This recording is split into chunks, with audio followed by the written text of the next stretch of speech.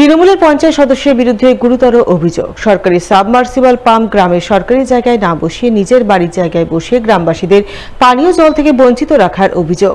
আর এই অভিযোগ তুলে পঞ্চায়েত সদস্যের বিরুদ্ধে বিক্ষোভ দেখালেন গ্রামবাসীরা। তৃণমূলের পঞ্চায়েত সদস্যের বিরুদ্ধে গুরুতর অভিযোগ, সরকারি সাবমার্সিবল পাম্প গ্রামের সরকারি জায়গায় না বসিয়ে নিজের বাড়ির জায়গায় বসিয়ে গ্রামবাসীদের পানীয় জল থেকে বঞ্চিত রাখার অভিযোগ।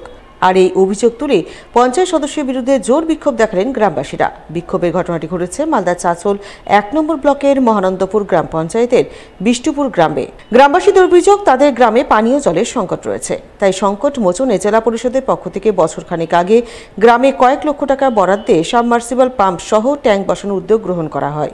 কিন্তু ওই সময় তৃণমূলের স্থানীয় পঞ্চায়েত সদস্য সেই সাবমার্সিবল পাম্প গ্রামে সরকারি জায়গায় না বসিয়ে নিজের বাড়ির জায়গায় বসান।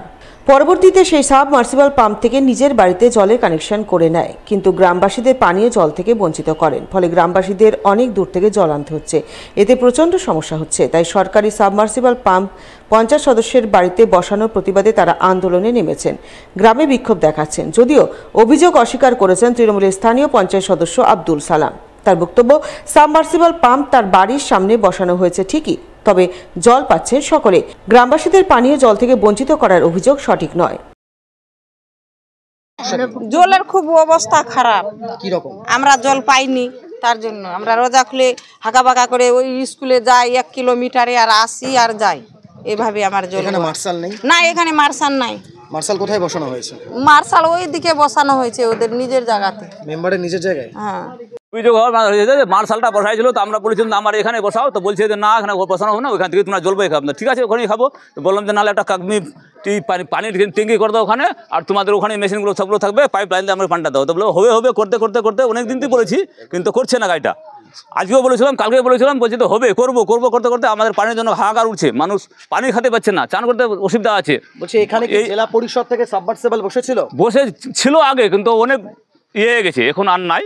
ওই সাবমার্সিবলটা কোথায় বসেছে? এখন নিজের বাড়িতে বসাইছে। আগে ফের নিচের দিকে পানির লালাগুলো খুলে দিয়েছিল, এখন বন্ধ করে দিয়েছে, এখন উপরতে দিয়েছে। তো উপরের জন্য তো এখন আর কেউ যাচ্ছে না। সরকারি সাবমার্সিবল নিজের বাড়িতে করে দিয়েছে, সরকারি মার্শাল নিজের বাড়িতে করে দিয়েছে। এখানে জল পাওয়া যাচ্ছে না, নিজের মার্শাল ও মেম্বার নিজের বাড়িতে বসিয়েছে মার্শাল। এখানে জলের অনেক কষ্ট, এখান থেকে প্রায় 1 কিলোমিটার থেকে জল আনতে হচ্ছে আমাদেরকে। এখানে প্রায় এত ঘর, 50টা ঘর আছে।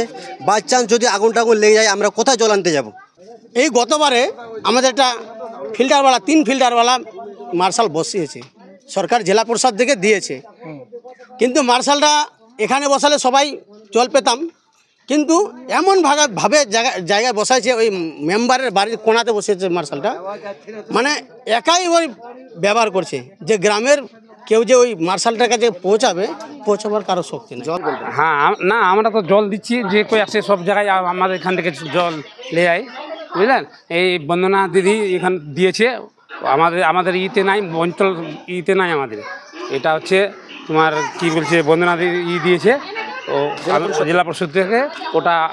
ওরা বলতে পারবে যে কোথায় কি বসাইছে না বসাইছে, ওটাতে আমাদের জল নিতে দিচ্ছেন না? না, জল দিচ্ছি সবাইকে, কোনো অসুবিধা নেই, বুঝলেন। না, দেখতে পেলাম আপনার বাড়িতেই বেশিরভাগ পাইপ গেছে।